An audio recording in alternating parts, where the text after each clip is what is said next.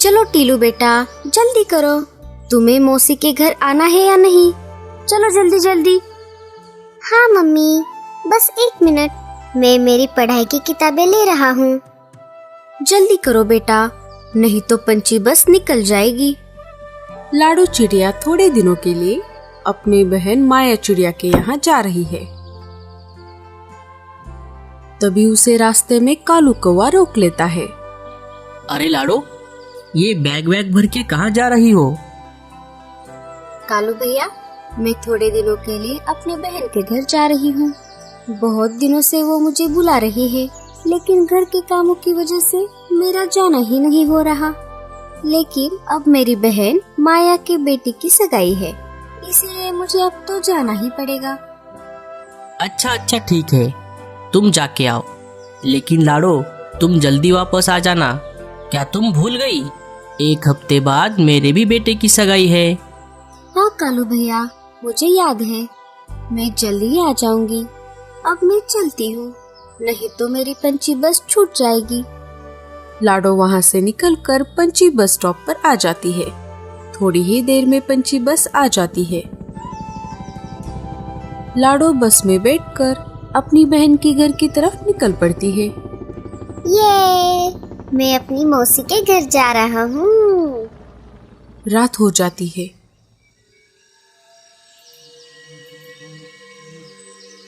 अरे वाह, ये कौन सा जंगल है? इतने सारे पक्षियों के घोंसले देखकर मेरे तो मुंह में पानी आ गया। मैं बहुत देर से उड़ रही हूँ।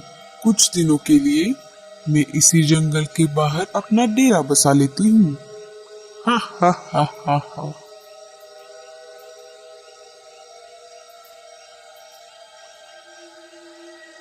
ईम रीम क्लीम छू।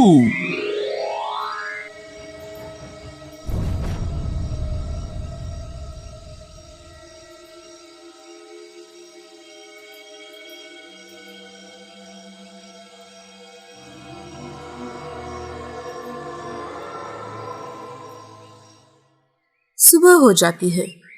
हे ऊपर वाले, ये क्या हो गया? मेरे अंडे कहाँ गए? तभी वहाँ पर रानू चिड़िया आ जाती है। अरे बुलबुल, क्या हो गया? तुम रो क्यों रही हो? क्या बताऊं रानू, कल रात को सोने तक मेरे अंडे घोंसले में ही थे, लेकिन सुबह जब मैंने उठकर देखा तो मेरे अंडे गायब थे। पता नहीं मेरे अंडे किसने चोरी किए। लगता है जंगल में कोई शिकारी पंछी घुस आया है। ये बात पूरे जंगल में फैल जाती है। सारे पंछी सतर्क हो जाते हैं। लेकिन रानू चिड़िया बहुत डरी हुई थी, क्योंकि उसने सुबह ही 2 अंडे दिए थे। रात हो गई। रानू चिड़िया आंखों में तेल डालकर अपने अंडों की रक्षा कर रही थी। सारे पंछी अपने अपने घोंसले में सो रहे थे। रात थोड़ी गहरी हो गई। इधर चुड़ैल फिर से अंडे खाने के लिए पक्षी का रूप लेकर जंगल में आ जाती है। अंडों की खोज में वो जंगल के ऊपर से उड़ रही थी। थोड़ी देर खोज करने पर वो रानू चिड़िया के घोंसले के पास रुक जाती है। मुझे इसी घोंसले से अंडे की खुशबू आ रही है। चुड़ैल खिड़की से झांककर देखती है तो क्या, रानू चिड़िया अपने अंडों को पंखों के नीचे छुपाकर बैठी हुई थी। अरे, आधी रात हो गई है, फिर भी ये चिड़िया क्यों जाग रही है? मुझे अब मेरे जादू से इसे अपने वश में करना होगा। चुड़ैल अपने जादू से रानू चिड़िया को अपने वश में कर लेती है। जैसे ही रानू चुड़ैल के वश में आ जाती है, चुड़ैल अपने हाथ लंबे कर लेती है और रानू चिड़िया के दोनों अंडे चुरा कर वहाँ से चली जाती है। चुड़ैल का जादू सुबह होने तक चलता रहा। जैसे ही जादू का असर खत्म हो गया, रानू चिड़िया होश में आ गई। उसने देखा उसके भी दोनों अंडे गायब हो गए थे। सुबह होते ही सारे जंगल में अफरा तफरी मच गई। रानू चिड़िया जोर जोर से रोने लगी। तभी वहां पर कालू कौवा आ गया। अरे रानो, क्या हुआ? तुम रो क्यों रही हो? क्या बताऊं कालू भैया, कल सुबह किसी ने बुलबुल चिड़िया के अंडे चुराए थे और आज मेरे भी अंडे चोरी हो गए हैं।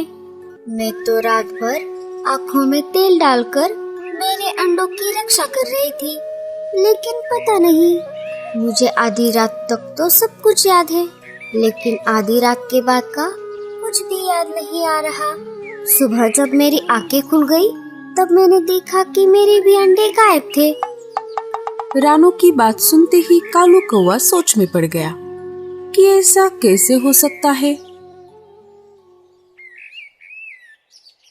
लगता है जंगल में सच में कोई चालाक शिकारी पंछी घुस आया है। वो दिन में नहीं रात में शिकार कर रहा है। मैं एक बार जाकर पूरा जंगल छान मार लेता हूँ। देखता हूँ कोई नया पंछी का घोंसला मुझे दिख जाए।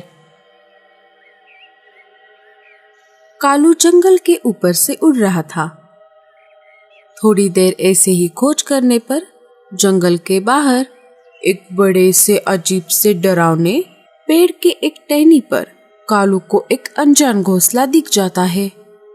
वो तो अच्छा हुआ कि उस वक्त वो चुड़ैल खाने की तलाश में घोंसले से बाहर गई थी। अरे, ये किसका घोंसला है? पहले तो ये घोंसला यहाँ नहीं था। मुझे घोंसले के पास जाकर देखना पड़ेगा। लगता है घोंसले में कोई नहीं है। मैं अंदर जाकर देखता हूँ, तभी मुझे सच्चाई का पता चलेगा। कालू चुपके से घोंसले के अंदर जाकर देखता है। अंदर जाते ही कालू की आंखें फटी की फटी रह जाती है। पूरे घोंसले में हड्डियों के कंकाल पड़े हुए थे, अंडों के छिलके और तंत्र मंत्र का सामान भी पड़ा हुआ था। कालू समझ जाता है कि ये कोई मामूली पंछी का घोंसला नहीं है। कालू एक सेकंड का भी वक्त ना गवाते हुए वहां से अपनी जान बचाकर निकल लेता है और पास वाली एक पेड़ की टहनी पर एक बड़े से पत्ते के पीछे छुपकर उस घोंसले पर नजर रखता है। धीरे धीरे शाम हो जाती है। तभी वहां पर चुड़ैल पक्षी के रूप में उड़ते हुए आ जाती है। घोंसले के पास आते ही वो अपने असली रूप में आ जाती है और घोंसले के अंदर चली जाती है। ये सब नजारा कालू पास वाले पेड़ की टहनी पर बैठकर देख रहा था। अच्छा, तो ये एक जादूगरनी चुड़ैल है। लगता है यही रात में जंगल में आकर पक्षियों के अंडे चुरा कर खा रही है। इसके पहले कि ये आज रात को फिर से किसी के अंडे चुरा कर खा ले, उसके पहले मुझे इसे सबक सिखाना पड़ेगा। कालू सीधा वहां से निकलकर तंत्र मंत्र करने वाले जादूगर तोते के पास आ जाता है। कालू सारी बातें तोते को बता देता है। बस इतनी सी बात, मैंने ऐसे बहुत सारे चुड़ैलों को धूल चटाई है। रुको, मैं अभी तुम्हें इसका उपाय बताता हूँ। जादूगर तोता अपनी पोटली से बड़ा सा जादुई अंडा निकाल लेता है और कालू के सामने रख देता है। कौवे, मेरी बात ध्यान से सुन। ये कोई मामूली अंडा नहीं है, ये एक जादुई अंडा है। अब तुझे सिर्फ एक काम करना है। कैसे भी करके तुम्हें उस चुड़ैल को इस अंडे के पास लेकर आना होगा, और जैसे ही वो चुड़ैल इस अंडे को छू लेगी, वो तुरंत इसके अंदर कैद हो जाएगी। उसे इस अंडे तक कैसे लाना है, ये मैं अच्छी तरह से जानता हूँ। आप बस ये अंडा यहीं पर रख दीजिए और यहीं कहीं आसपास छुप जाइए। अगर वो यहाँ आ गई और उसके अंडे को छूने पर भी अगर वो इसके अंदर कैद नहीं हुई, तो आप कोई दूसरा जादू करके उसे कैद कर लेना। ठीक है, अब जल्दी जाओ और उस चुड़ैल को यहाँ तक लेकर आओ।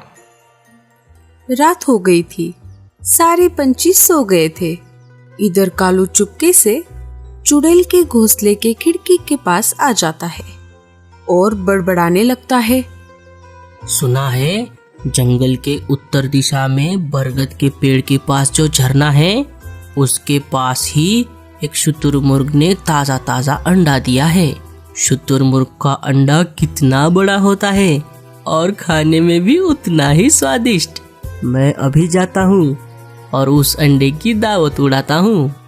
कालू वहां से निकल जाता है। कालू की ये सारी बातें चुड़ैल अंदर से सुन रही थी। अरे वाह, आज तो मजा ही आ गया। कितने दिन हो गए मैंने शुतुरमुर्ग का अंडा नहीं खाया।